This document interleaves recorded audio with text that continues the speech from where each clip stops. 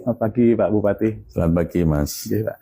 Terkait bisa dikatakan gejolak di masyarakat Pak terkait pajak bumi dan bangunan yang sempat dinaikkan katanya 250%. Bagaimana penjelasan Bapak selaku Bupati? Saya luruskan dulu ya. Sebenarnya kenaikan itu tidak 250%, tapi rata-rata hanya sekitar 120%. Memang ada yang 250%, tetapi jumlahnya sedikit sekali. Hanya saya salah mengatakan kepada publik itu sebesar 250%, yang dipersepsikan 250% adalah kenaikan bagi semuanya. Ternyata itu tidak.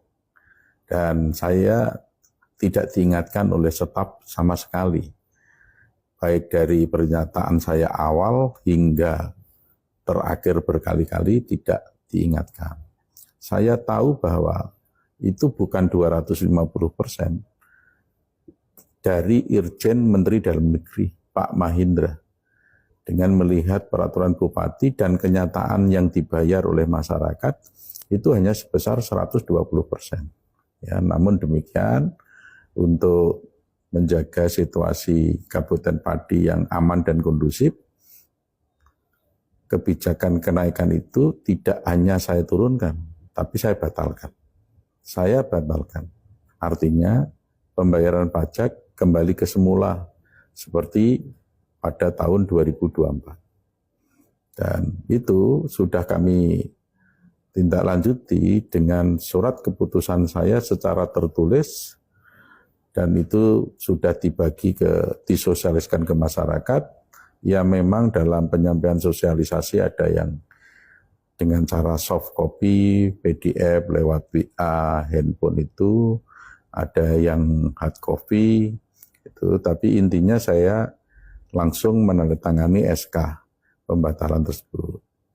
Dan bagi masyarakat yang sudah terlanjur membayar, itu uangnya akan dikembalikan. Kan pengembaliannya juga ada mekanismenya yang diatur oleh peraturan perundang-undangan.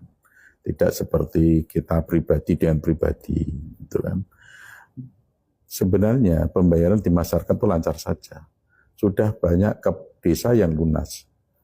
Dan sudah hampir 50%. Namun demikian ya tidak apa-apa lah. Kita kembalikan. Implikasi dampak daripada pembatalan kenaikan PBB P2 ini berarti seluruh rencana kegiatan yang akan kita lakukan pada perubahan anggaran 2025 menjadi batal juga. Tidak terlaksana. Kan itu ada beberapa ruas jalan yang akan saya perbaiki karena kondisi jalannya rusak parah, misalnya jalan Kletek Tegalwero, misalnya jalan Tambak Romo, Sitirejo, Mojomulyo, kemudian jalan Kayen depan Gedung Haji, Buloh, kemudian ada juga jalan Ngening, dan beberapa jalan yang lain itu batal. Padahal kondisi jalan tersebut memang rusak berat, memprihatinkan, tapi akibat ini batal. Dan kondisi rumah sakit yang memprihatinkan, plafon-plafon rumah sakit itu hancur, itu juga mau saya perbaiki. Gitu. Baik, terkait kepastian pajak kaki lima juga ini sensitif di masyarakat, Pak. Nah itu, aku ya juga, saya marah sama Kepala BPKAD. Dengan adanya surat edaran kenaikan penarikan pajak pedagang kaki lima, itu sama sekali bukan perintah saya. Saya hanya perintah secara umum bahwa BPKAD harus bekerja fokus untuk peningkatan pendapatan daerah. Tapi saya tidak perintah itu. Bahkan surat beredar sama sekali saya nggak tahu. Dan malah katanya sudah sosialisasi di Kecamatan Juwana, Kecamatan Jaken, Kecamatan Kayen. Sama sekali saya juga nggak tahu.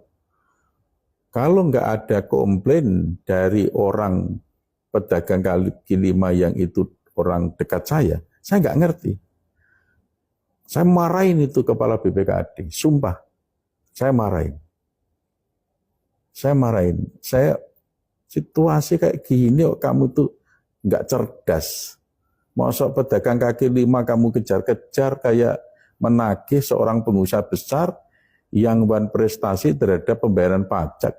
Logika kamu bagaimana? Sampai segitu. Ini sesuatu yang mestinya tidak pantas untuk dilakukan di publik ya, karena ini internal. Tetapi ya saya pun juga tidak mau kalau serangan masyarakat itu kepada saya secara pribadi, sementara saya itu tidak ngerti apa-apa soal ini. Gitu. Baik Pak, ada juga isu sekolah ya, dunia pendidikan yang memang sempat Bapak mewacanakan. Nah itu juga, ini saya luruskan. Saya juga akan press release ini soal itu. Jadi begini, saya itu punya gagasan merubah dari 6 hari sekolah menjadi 5 hari sekolah. Dasarnya adalah libur anak sekolah dengan liburnya orang tua itu berbeda. Orang tua kerja Senin sampai Jumat, liburnya Sabtu dan Minggu. Anak sekolah Senin sampai Sabtu, liburnya hanya hari Minggu. Artinya berbeda hari liburnya. Maksud saya kalau hari liburnya sama, itu bisa menghidupkan wisata, bisa menghidupkan UMKM. Tetapi 5 hari sekolah itu tidak boleh mengganggu TPQ dan Matin. Itu clear. Ketika silaturahmi NU dan saya di ruang kerja ini, itu saya sampaikan bagaimana masukannya NU supaya ini tidak mengganggu TPQ dan Matin. Kemudian ditindaklanjuti oleh PLT Kepala Dinas Pendidikan dengan NU. NU itu bagus sekali, kasih saran secara detail supaya itu tidak mengganggu TPQ dan Matin. Nah, ketika PLT Kepala Dinas Pendidikan laporan kepada saya tanya, katanya sudah mengakomodir masukannya NU. Sudah disetujui oleh NU. Artinya NU sudah sepakatlah dengan itu. Laporannya begitu. Saya tanya apakah tidak mengganggu TPQ dan Matin? Tidak, itu laporannya PLT Dinas Pendidikan. Kan JSK saya tanda tangani. Setelah ada gejolak ini, ya ada kawan yang menyampaikan, saya itu penasaran. Kok ada santri yang mau unjuk rasa, demo saya itu sebenarnya ada urusan apa? Saya ada salah apa dengan NU, dengan santri? Ada kawan yang menyampaikan ke saya bahwa 5 hari sekolah ini sesungguhnya tidak diterima, ditolak itu oleh NU, oleh santri. Saya terus kok klarifikasi kepada Pak Yusuf, Ketua PCNU. Pak Yusuf menyampaikan bahwa semua masukan NU itu tidak diakomodir oleh Dinas Pendidikan. Nah, saya itu baru tahu pokok persoalannya di sini. Saya panggil tuh PLT Dinas Pendidikan.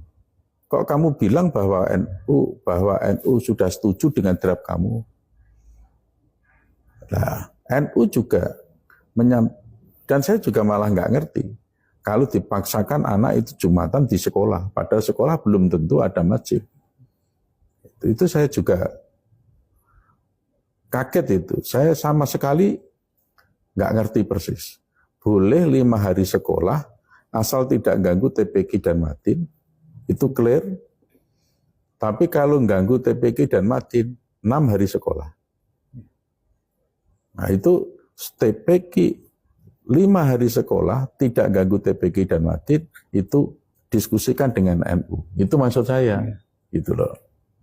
Jadi saya sangat menyayangkan hal-hal ini terjadi. Ya, itu akhirnya risiko politiknya ke saya. Makanya hari kemarin PCNU membuat satu statement. Intinya mendukung saya, mendukung pemerintahan. Tidak boleh ada aksi demo unjuk rasa lagi, turun ke bawah juga tidak perlu. Karena tuntutan sudah dipenuhi, tuntutan PBB P2 diturunkan, itu malah dibatalkan. Kemudian 5 hari sekolah dikembalikan ke 6 hari sekolah, juga sudah dipenuhi, jadi tidak ada alasan lagi untuk turun.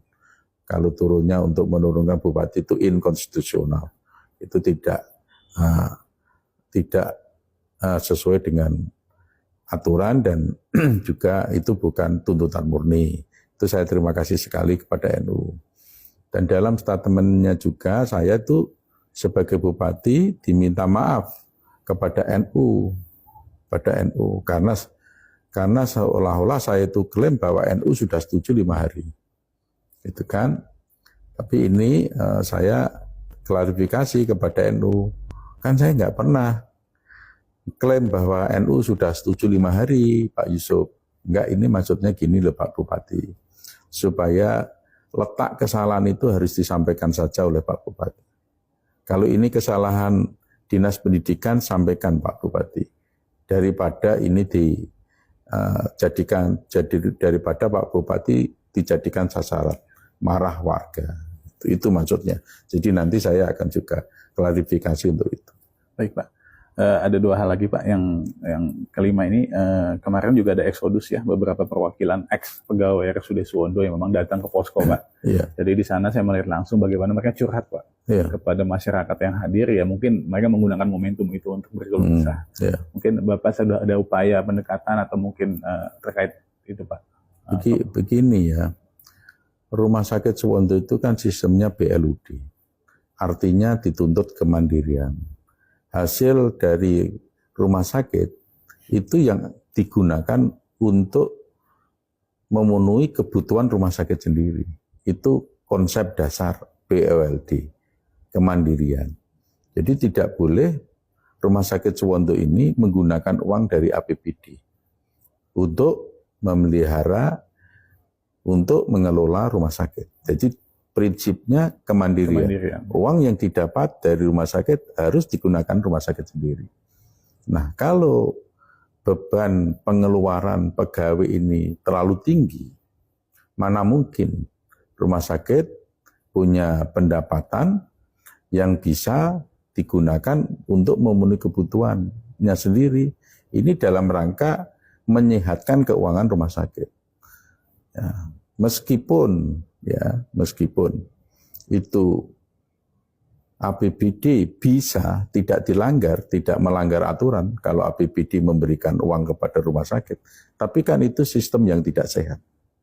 Ya, sistem yang tidak sehat. APBD itu banyak sekali kebutuhan yang harus dia lakukan, bangun jalan, irigasi, dan macam-macam itu kan banyak sekali.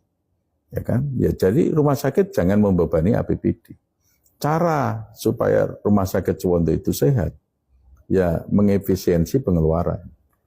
Yang diefisiensi itu apa? Ya hal-hal yang tidak logis yang selama ini dilakukan itu dihentikan. Pegawai yang di sana itu oper, itu tidak logis. Jadi di satu fungsi tertentu itu hampir semuanya over tenaga. Apakah seperti itu harus kita lanjutkan terus-menerus? Soalnya kan sesuatu yang tidak mungkin. Ya kami tahu bahwa dia sudah sekian lama bekerja.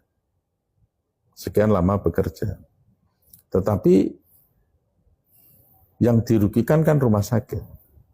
Ya, satu itu. Yang kedua, kita juga butuh pegawai yang berkualitas. Ini rumah sakit loh, melayani orang yang sakit. Jadi profesionalitas pegawai itu sangat dituntut. Tidak boleh ada pegawai yang tidak profesional di rumah sakit. Harus profesional. Jadi kita itu juga mempertimbangkan kualitas dari pegawai-pegawai yang ada di sana. Itu. Jadi ini ya coba bayangkan. Dari hampir 600 pegawai honorer THL yang ada di sana. Itu kita butuh fisioterapi 5 orang gitu aja. Itu enggak tercukupi, enggak ada. Ya, yang ada itu justru jurusan-jurusan umum. Yang admin itu loh. Jadi dari sisi efisiensi kita memang harus mengurangi jumlah supaya efisien. Yang kedua dari sisi kualitas, kualitas memang orangnya harus pinter-pinter, profesional. Itu hasil tesnya itu memang harus kita lihat. Yang ketiga adalah formasi. Formasinya sama sekali nggak sesuai. Yang kita butuhkan fisioterapi ternyata nggak ada tenaganya. Yang kita butuhkan farmasi nggak ada. Jadi numpuk banyak sekali pada formasi yang tidak dibutuhkan. Kualifikasinya nggak sampai. Kualifikasinya itu tidak proporsional. Ya. Jadi kita harus begitu. Karena Rumah Sakit Suwondo itu benar-benar rumah sakit yang akan kita banggakan untuk memberikan pelayanan kesehatan. Dan kelihatan sekali dulu dengan kualitas yang tidak bagus itu, banyak sekali yang judes marah. Jadi itu memang ya ini tidak populis. Bagi seorang bupati, ini satu kebijakan yang tidak mengenakan. Tapi demi rumah sakit sehat, dan rumah sakit sehat, rumah sakit baik itu demi rakyat Kabupaten Pati terhadap ratusan ribu orang. Jadi tinggal kita pilih mengamankan 200 orang ini atau mengorbankan yang sekian ratus ribu orang yang harus dilayani. Coba seperti itu. Termasuk juga masalah alun-alun. Alun-alun wis sampai kok. Arep di renovasi menahi piye? Kok mulai anggere ora seneng karo sebelumnya? Enggak. Sama sekali tidak ada unsur itu, sama sekali. Saya hormat semua kepada pendahulu, saya itu hormat sama sekali. Tapi alun-alun itu begini loh ya. Alun-alun itu coba lihat kalau kita jalan mengelilingi alun-alun di sebelah selatan kan ada tempat duduk kecil-kecil yang banyak itu jumlahnya. Itu kan nggak terpakai kan. Nggak ada orang yang duduk yang santai-santai di situ kan. Tapi kan mengganggu, menghalangi orang yang berjalan. Itu maksudnya kita hilangkan. Terus patrap yang besar ada 4, di sebelah utara itu ada 2 kanan kiri, sebelah selatan ada kanan kiri. Itu maksudnya saya rampingkan. Saya buat lebih pendek, saya rampingkan. Ya, biar tidak mengganggu pemandangan alun-alun yang begitu luas di tengah itu. Dan nilai estetikanya lebih bagus. Termasuk tiang bendera yang segitu banyaknya, dan ya juga kenyataannya nggak terpakai. Itu maksudnya juga saya kurangi tiang bendera itu, menjadi jumlahnya 9, gitu, dan di titik-titik yang benar. Sehingga justru estetikanya bagus. Termasuk tulisan alun-alun yang tinggi, itu ya, kita buat yang lebih ramping depan sehingga ketika orang berjalan dari timur, dari Jalan Pemuda, tulisan alun-alun ini tidak menghalangi pemandangan Masjid Agung. Itu termasuk di bawah ringin itu kan ada tempat duduk. Tempat duduk terlalu menjorok ke tepi sehingga juga mengganggu jalan. Dan tempat duduk itu kan tidak rata, naik turun gitu kan. Itu kan justru nggak nyaman. Jadi nggak ada maksud apa-apa. Termasuk lantai alun-alun itu sudah dicoba dicuci, ya kan? Itu juga tidak merubah penampilan menjadi bagus. Itu kita ganti lantai yang baru. Jadi saya itu tidak ada unsur tidak suka sama pendahulu sama sekali enggak. Tidak ada unsur politik sama sekali enggak. Nah, konsep saya ini. Saya itu meskipun nata alun-alun, menata masjid, itu tetap membangun infrastruktur jalan. Ini biar berjalan secara paralel. Infrastruktur jalan saya perbaiki semua, kemudian kota juga saya tata. Biar imbang, karena kota ini juga merupakan kebanggaan rakyat Kabupaten Pati. Kalau kota ini menjadi bagus, menarik, orang-orang dari desa itu akan datang menikmati bagusnya kota Pati itu dengan semangatnya. Gitu loh Mas. Ya. Gitu. Terus termasuk ada, ini masjid kan baru saja direnovasi. Kok mau dibongkar, oleh Sudewo, dirobohkan, dibangun lagi. Yang mau merobohkan siapa? Yang mau merobohkan siapa? Renovasi kemarin itu tidak saya ganggu sama sekali. Renovasi kemarin itu hanya anggaran sedikit, ya kan. Nah, saya itu mau menata, ini maksudnya gini, kubah itu kan kelihatan pendek. Tidak memberikan kesan masjid ini masjid besar, ya kan, masjid yang Masjid Agung, ya. agung gitu kan. Mengapa ini menjadi pendek? Karena ini loh, kotak merahnya yang melingkari ini, kotak merah di sekelilingnya ini, itu terlalu tinggi. Terlalu tinggi. Kalau itu dipendekkan, kemudian akan kelihatan kubahnya ini lebih tinggi. Kan kelihatan lebih megah. Dan warna merah itu jelas tidak match dengan warna kubah. Ya kan? Dan ya tidak lazim masjid itu warna merah atas itu, ya kan? Ini sarana arsitektur ternama loh, bukan saya saja loh, bukan saya sendiri loh. Dan tempat kamar mandi, toilet wanita yang ada di selatan itu, ini kan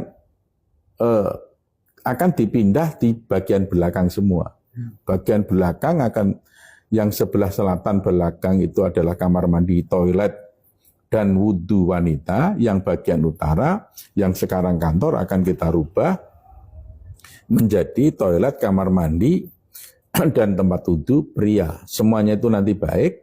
Kantornya dipindah di atas, dan di atas itu pun juga akan kami tata supaya menjadi kantor, dan hall-nya juga kita tata. Jadi semua lingkungan masjid ini menjadi bagus, karena masjid itu juga kebanggaan Muslim Kabupaten Pati dan juga kebanggaan rakyat Kabupaten Pati. Itu jadi nggak ada maksud sama sekali, nggak ada maksud. Ini nggak ada unsur apa-apa gitu.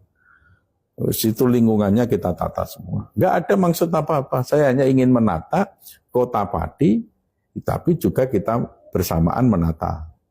Terus ada yang bilang gini, trotoar masih baru kok mau dibongkar. Loh begini, trotoar itu memang masih baru, tapi nggak bisa dipakai untuk jalan. Karena trotoarnya naik turun, naiknya tinggi, turunnya terjal. Nggak ada, coba lihatlah, sampean juga jalan di trotoar itu, bisa lewat nggak? Nyaman atau tidak? Lebih ke tepi jalan malah, Pak. Lebih pakai tepi jalan, benar nggak? Ini juga nggak ada maksud sama sekali bahwa ini karyanya pendahulu sebelumnya kemudian harus saya bongkar, enggak.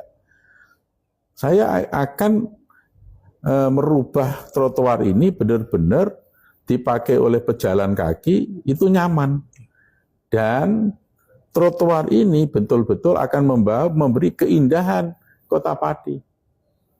Jadi merubah wajah Kota Pati itu menjadi konsen saya. Tapi dimaknai ini seolah-olah saya tidak suka. Itu kebijakan-kebijakan yang sebenarnya tidak populis tapi punya maksud yang bagus sebenarnya, Pak, ya. Loh ya, maksud bagus, dan maksud saya itu juga atas dasar sesuatu yang ilmiah, yang logis. Bukan maksud bagus itu subjektif. Bagus itu kan menurut Dewa bagus, tapi menurut orang lain tidak bagus. Kalau menurut orang lain tidak bagus, ya orang lainnya siapa? Ya kan? Contoh itu lihat trotoar di kota Jakarta. Oh enak. Orang jalan kaki sambil ngobrol. Sepedahan juga. Sepedahan. Sambil main handphone. Itu bisa. Tapi di sini apa mungkin bisa? Sebentar lagi sudah gini. Baru 2 meter ceglongan ini aja lagi. Sudah ceglongan lagi. Sudah mau naik lagi. Ya kan enggak? Coba. Dengan biaya yang sama, anggaran yang sama, tetapi ini tidak nyaman, tidak bisa dipakai, kan sayang. Ya kan? Nggak ada unsur begitu. Ini Pak, terakhir Pak, ini kan makin jadi blunder Pak ya. Saya juga kaget ya, sampai dengan ada bahasa pemakzulan dan lain-lainnya. Bagaimana reaksi Bapak terhadap isu tersebut dan bagaimana upaya Bapak untuk merangkul seluruh elemen masyarakat yang ada di Pati? Saya upaya melakukan perangkulan. Saya silaturahmi ke NU, ke Muhammadiyah, MUI, FKUB. Saya silaturahmi Bahkan kemarin-kemarin yang keras demo seperti Yayak Gundul, Pak Bob Widodo, PMII, GJL yang didatangi oleh Sumadi. Saya sudah duduk bersama dengan mereka. Saya mengajak, merangkul mereka. Bahkan di tempat donasi itu saya juga datang, berupaya merangkul. Responnya keras, responnya baik. Itu pokoknya saya berupaya merangkul. Kalau dia menuntut saya turun, dasarnya apa, alasannya apa? Tuntutannya sudah dipenuhi. Iya kan? Kan nggak logis. Ini berarti sudah tidak sehat. Itu. Terakhir pesan Bapak kepada masyarakat Pati, Pak. Masyarakat Pati saya minta itu tetap tenang, ya, ikut menjaga Kabupaten Pati ini supaya suasananya kondusif. Karena Kabupaten Pati itu milik semua warga Kabupaten Pati, tidak milik segelintir orang yang keras-keras. Menjaga situasi kondusif supaya investor mau masuk ke Pati.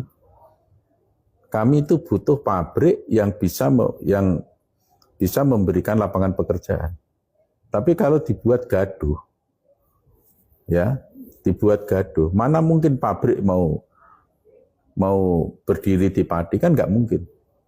Jadi Kabupaten Pati saya minta seluruh warga siap, dan saya terpilih ini konstitusional, terpilih secara demokratis. Ya kan, nggak ada kecurangan apapun. Kok mau digulingkan oleh segelintir orang? Ya.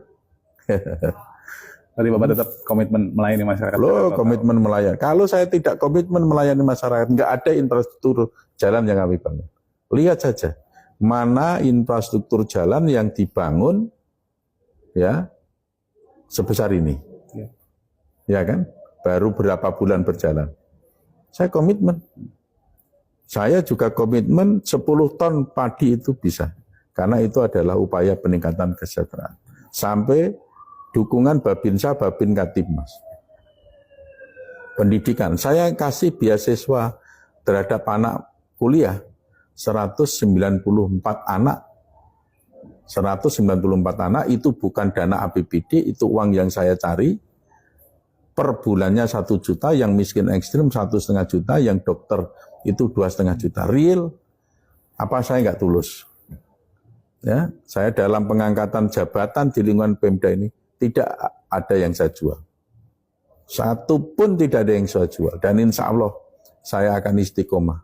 Sampai akhir periode saya tidak akan menjual jabatan. Clear ini. Saya ngangkat direktur, wakil direktur, kabid, kasih di rumah sakit Suwondo. 1 rupiah pun tidak. Pengangkatan PLT PDM 1 rupiah pun tidak. Jabatan eselon 2, eselon 3 di lingkungan pemerintah Kabupaten Pati 1 rupiah pun tidak. Saya pun juga tidak mau cari popularitas dengan tidak jual beli jabatan ini. Ini hati. Saya tidak ingin dengan jual beli jabatan itu pada ujungnya rakyat yang akan terbebani. Bapak punya deadline nggak terkait rangkap jabatan, Pak? Mana yang rangkap jabatan? Tahu saya memang ada 5 ya, yang memang Dinas Pendidikan, kemudian PUPR ya, PUPR dan mungkin yang Sekda juga gitu. So, kalau rangkap jabatan itu sesuatu yang proses harus dilalui. Ya. Karena akan mengisi definitif itu tidak seperti membalik telapak tangan. Ada proses panjang yang harus dilalui. Jadi ada uji kompetensi. Yang melakukan uji kompetensi itu harus panitia seleksi.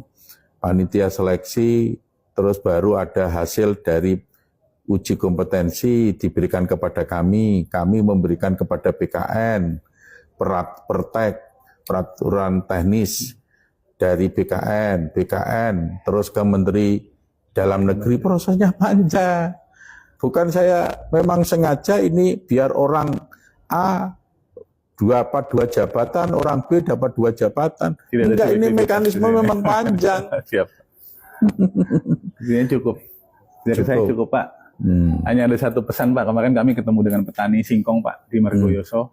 Harga singkong ini 1.400, Pak. Sempat 1.200. Mereka pertama mengeluh karena memang mereka mengalami kerugian, kedua minta tolong Pak. Penyerapan bahan baku tapioka ini kan mungkin bisa didorong di perusahaan besar seperti Dua Kelinci, mungkin Garuda gitu. Mungkin itu Pak titip pesan aja Pak. Cobalah kayak gini ini jangan sampai terganggu hal demikian. Saya pasti langkah saya cepat untuk ikut menyelesaikan masalah singkong. Siapa? Siap. Termasuk apa itu asosiasi unggas ayam petelur, ya ini juga dalam kondisi sulit karena harga jagungnya tinggi, ya kan, HET-nya ayam, HET-nya telur itu apa sudah ditentukan. Itu solusinya jagung harus harganya ditekan sedikit, agak turun, tetapi tetap di atas harga HET. Ini kan kita butuh kerjasama dengan Menteri Perdagangan, dengan Badan Pangan. Saya terima di sini. Saya mestinya bisa langkah cepat untuk ini. Termasuk hari Sabtu malam, itu saya harus ketemu dengan Menteri PU. Batal juga. Ya kan? Nah, itu. Jadi tolonglah halalisme. Contoh kayak ini akhirnya infrastruktur jalan tidak bisa dipakai. Oke gitu. Siap Pak. Terima kasih ya. Terima kasih banyak Pak. Ya. Sehat selalu Pak.